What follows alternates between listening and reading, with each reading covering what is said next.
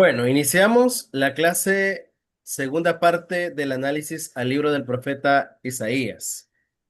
La vez anterior estuvimos hablando un poco del contexto de la vida del profeta, del libro a nivel literario y algunos elementos de contexto. Bueno, ahora vamos a continuar y vamos a recordar algo que dijimos la semana pasada acerca de la estructura. Y es que dijimos que el libro de Isaías, los expertos en ciencias bíblicas lo dividen en tres grandes partes. Del capítulo 1 al capítulo 39, ellos definen que es el primer Isaías o el proto Isaías, que es el Isaías histórico, es el Isaías, el profeta, ¿verdad? El que ejerció el ministerio. Y que ahí esa es la época antes del exilio. Estaba la segunda parte que era del capítulo 40 al capítulo 55, que es el Deutero Isaías o el segundo Isaías, y que aquí pues ya no es Isaías, sino que son sus discípulos dando consuelo porque lo que profetizó Isaías ya se cumplió y es el exilio en Babilonia. Está el trito Isaías o el tercer Isaías, que es del capítulo 56 al 60, y aquí más o menos Isaías ya tiene como de 150 o 200 años de muerto. Y aquí estamos ya regresando del exilio vislumbrando una esperanza posexílica. Entonces, en esta segunda parte, que vamos del capítulo 40 al 66, porque la primera parte ya la analizamos, vamos a hablar el tema del juicio con el tema del consuelo, lo que generó la crisis histórica de Isaías con el tema de la esperanza escatológica. Si usted nota, el libro no cambia de tema, sino que va profundizando en la teología, que a pesar de que está ya en el juicio, a partir del capítulo 40, que ya están en el exilio, la teología se profundiza y eso es lo rico de Isaías porque nos lleva en las tres etapas históricas de Israel y nos brinda la teología que fue cada vez más creciente, más profunda, para poder comprender una mejor revelación de lo que Dios hizo en la vida de este pueblo. Bueno, teología del consuelo. Tenemos a partir del capítulo 40 al 55. Dice Isaías 41, inicia de la siguiente manera: Consolaos, consolaos, pueblo mío, dice vuestro Dios.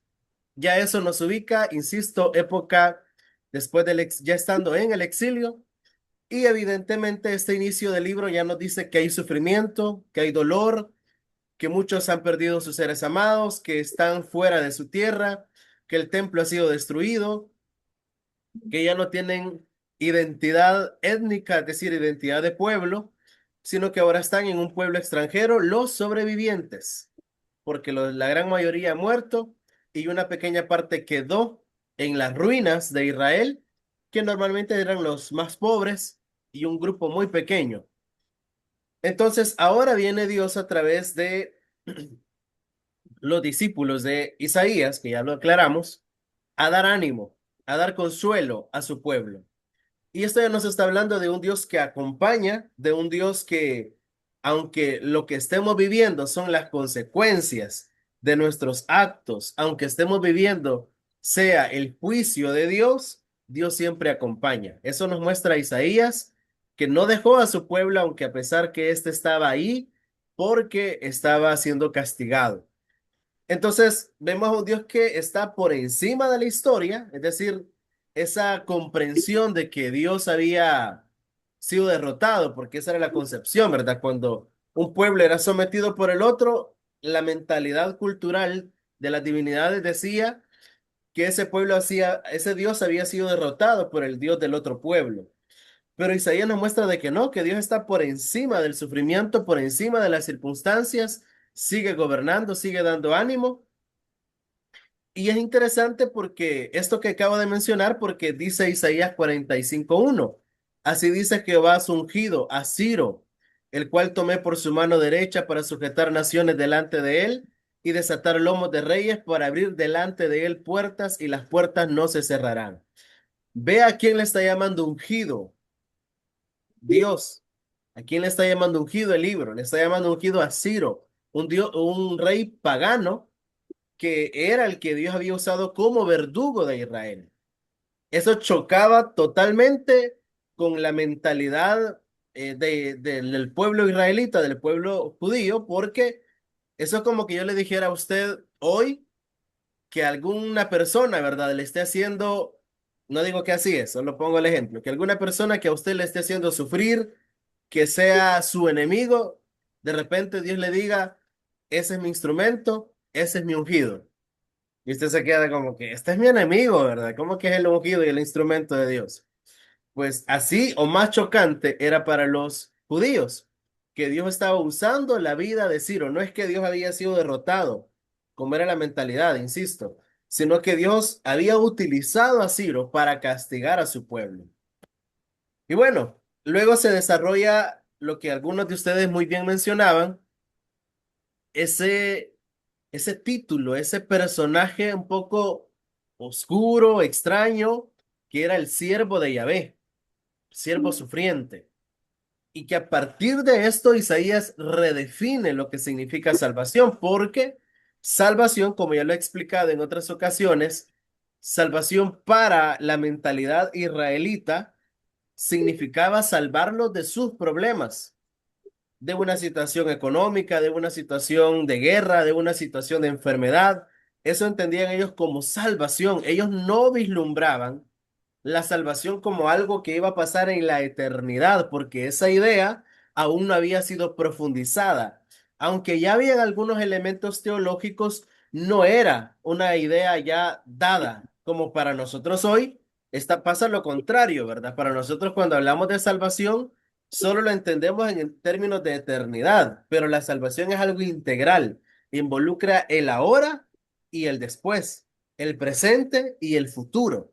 Entonces, a partir de ahorita, Isaías va a redefinir que la salvación también se refiere no solo a lo presente, sino a lo futuro.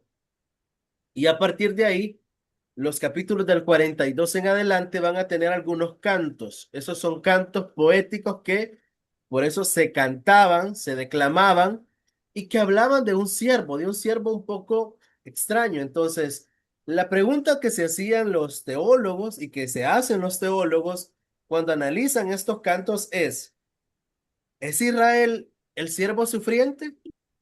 Refiriéndose a Israel como el colectivo, como el pueblo que está en el exilio y que es el siervo de Dios que está sufriendo. Esa sería una opción.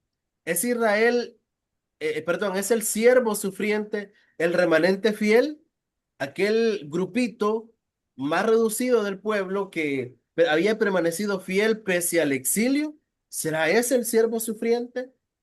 ¿O será el siervo sufriente esa figura mesiánica que empieza a definirse a partir de esta época después del exilio? Ese Mesías por venir, ese rey que había de venir para instaurar el reino de Dios y llevar luz a las naciones. ¿Será ese? Pues involucra a los tres. Involucra, a veces se refiere a Israel como ese siervo sufriente, a veces se refiere al remanente como ese siervo sufriente, pero prioritariamente y más que todo se refiere al Mesías por venir. Y eso es lo que se conoce en la ciencia de la hermenéutica, que es la ciencia que interpreta el texto, como el sensus plenum en latín, que significa el, la interpretación plena del texto. Tenía varias interpretaciones graduales, pero llegó a la máxima, que es la del Mesías. Entonces, el Mesías tiene que sufrir injustamente, lo cual no cabía en su mentalidad. Tenía que cargar el pecado de otros, tenía que producir restauración y su sufrimiento llevaba a salvación. Entonces, aquí viene lo irónico. A nosotros esto no nos suena como una gran noticia, pero en la mentalidad israelita era una bomba. Que Dios salvara no destruyendo a los enemigos. O sea, para ellos no podía haber salvación si no había destrucción de los enemigos. Pero ahora Isaías está hablando de que sí, Dios salva y no salva destruyendo a los enemigos como es lo que ellos tanto anhelaban. Ellos anhelaban que Dios destruyera Babilonia. Y luego en la época de Jesús vamos a ver que no lo aceptan porque ellos anhelan al Mesías que destruyera al imperio romano, que era quien los tenía subyugados. Pero la salvación de Dios ha sido redefinida, ampliada, profundizada, y ahora Dios salva no destruyendo enemigos, sino que transformando el sufrimiento en redención, lo cual para ellos no les cabía en su mentalidad y por eso no aceptaron al Mesías. Llegamos al trito Isaías o tercer Isaías. Son 4 capítulos, 5 capítulos aproximadamente que nos hablan acerca de la restauración plena de todo, algunos elementos éticos y algunos elementos del porvenir. Entonces aquí tenemos a Dios que no es un Dios solo para Israel y Dios rompe otra vez la mentalidad teológica, la concepción teológica de los israelitas. Ya les ha dicho que el Mesías no va a destruir a sus enemigos, sino que va a sufrir para salvar, lo cual no cabía en su mentalidad. Pero ahora les dice que Dios no solamente tiene un pueblo, sino que Dios va a salvar a todas las naciones y todas las naciones serán un solo pueblo, lo cual para ellos tampoco cabía en su mentalidad. De hecho, uno puede notar en el Nuevo Testamento las grandes luchas que tienen los primeros cristianos por no querer salir de Jerusalén para predicar, ya cuando Jesús ha ascendido al cielo, porque ellos siguen pensando que la salvación es solo para Israel. Pero aquí, desde aquí, ya el elemento ha cambiado y ahora Dios ha dicho, yo voy a llamar pueblo de los que no son mi pueblo y voy a traer pueblo de otras naciones, lo cual era una bomba para ese momento. Entonces, hay problemas porque a pesar de que ya vienen del exilio y regresan a su tierra, siguen siendo, eh, siguen teniendo problemas éticos, problemas de injusticia. Es decir, ellos siguen siendo injustos, siguen aprovechándose de las viudas, de los huérfanos, de sus empleados, siguen esclavizando a sus hermanos por cuestiones económicas. Es decir, siguen con la misma mala actitud, es decir, no ha cambiado nada a pesar de que vienen del castigo, ¿verdad? Y hay gente que usted sabe que así es, que Dios los está castigando y son duros de servir, ¿verdad? Y bueno, el otro elemento es que es aquí donde Dios vuelve a hacer énfasis en el elemento ético para recargarle a los israelitas que deben de ser justos, que deben de ser compasivos. Y aquí viene también la inclusión a los extranjeros. Quisiera leer ese texto que ustedes pueden encontrar ahí en la lámina y lo pueden leer conmigo, Isaías 58:6, que dice, ¿no es más bien el ayuno que yo escogí, desatar las ligaduras de la impiedad, soltar las cargas de la opresión y dejar libre a los quebrantados y que rompáis todo yugo? ¿No es No, que partas tu pan con el hambriento y a los pobres errantes albergues en casa? Cuando pues, veas al desnudo lo cubras y no te escondas de tu hermano.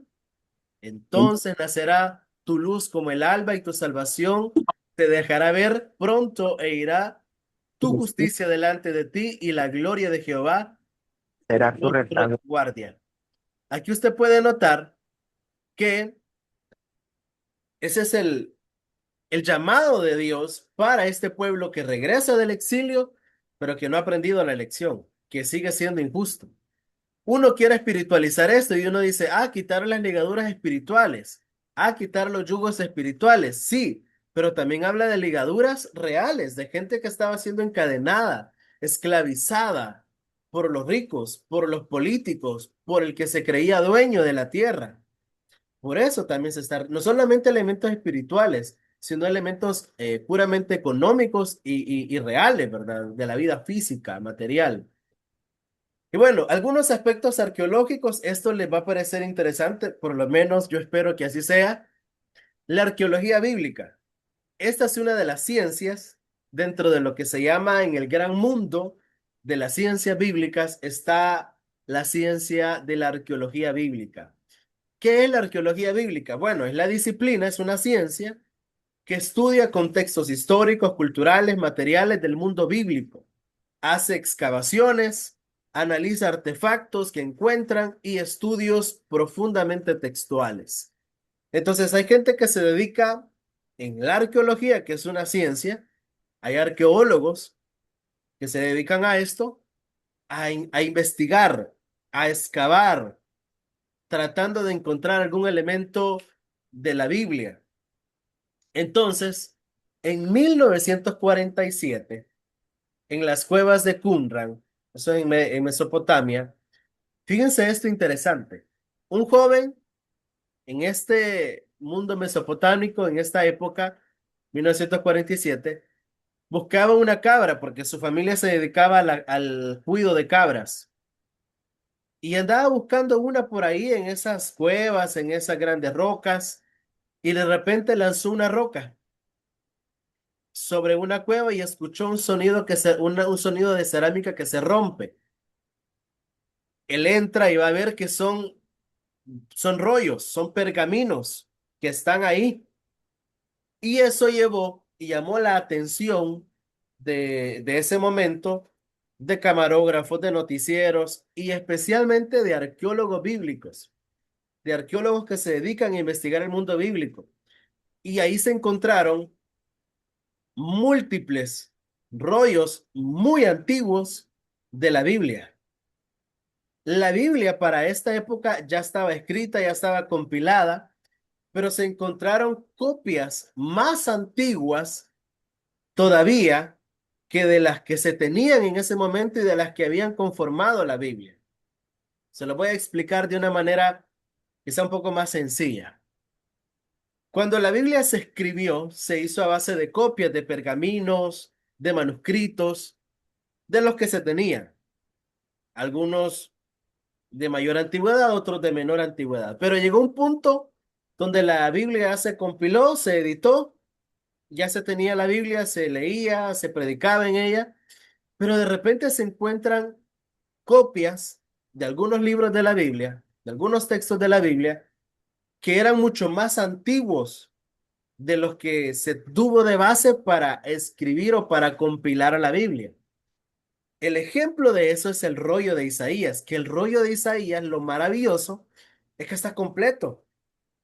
Es un rollo, porque recuerda que no eran libros, ¿verdad? Eran rollos de pergaminos que de largo tenían más de 7 metros, totalmente en hebreo, es decir, en el idioma fuente, en el idioma madre, y que eran del año 125 a 100 antes de Cristo.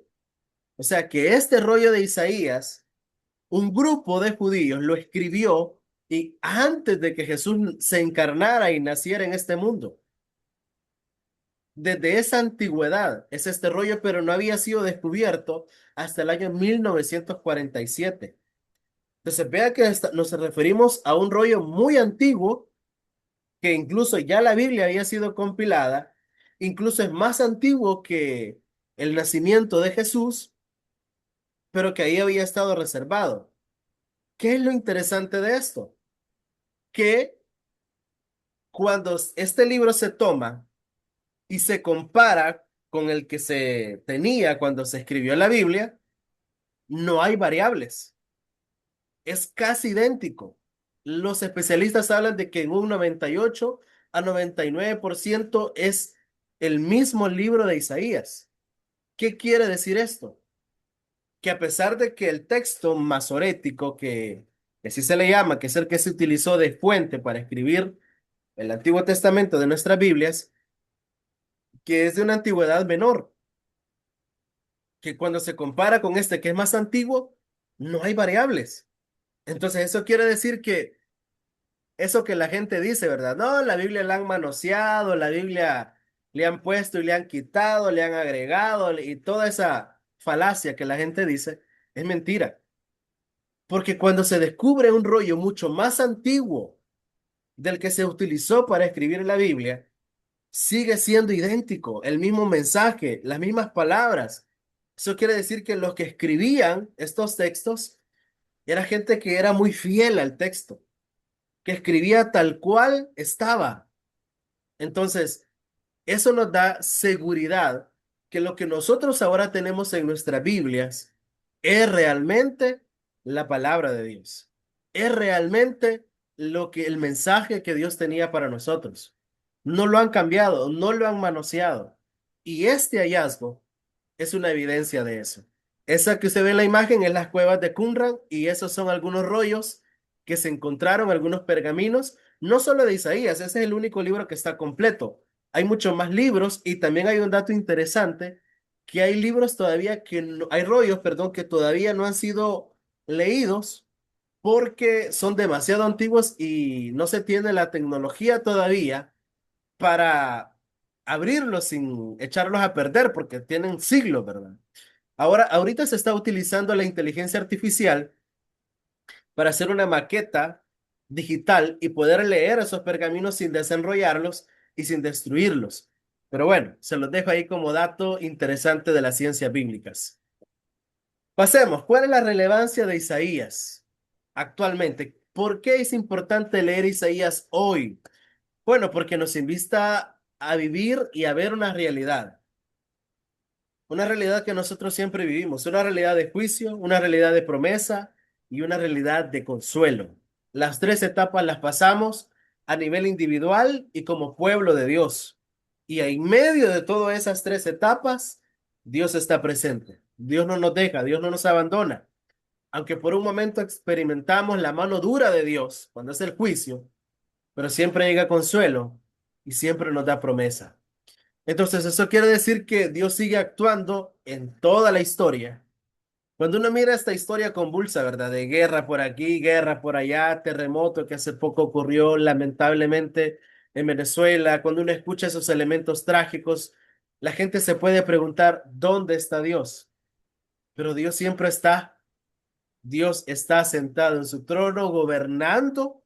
Lo que sucede es que uno no comprende los designios de Dios, pero Dios está presente. La fe no niega el sufrimiento, sino que le da un mayor significado. Pero también es importante leer Isaías porque nos habla de qué es lo que Dios desea. Y es que usted y yo reflejemos a Dios teniendo un trato digno, justo, compasivo con nuestro prójimo. Recuerde la idea, ¿cuál es el verdadero ayuno? ¿Cuál es la auténtica espiritualidad? Que liberemos a los cautivos, que ayudemos a los pobres, que compartamos el pan con el hambriento, que demos albergue a aquellos que andan errantes, que no tienen un lugar. Eso es verdadero cristianismo.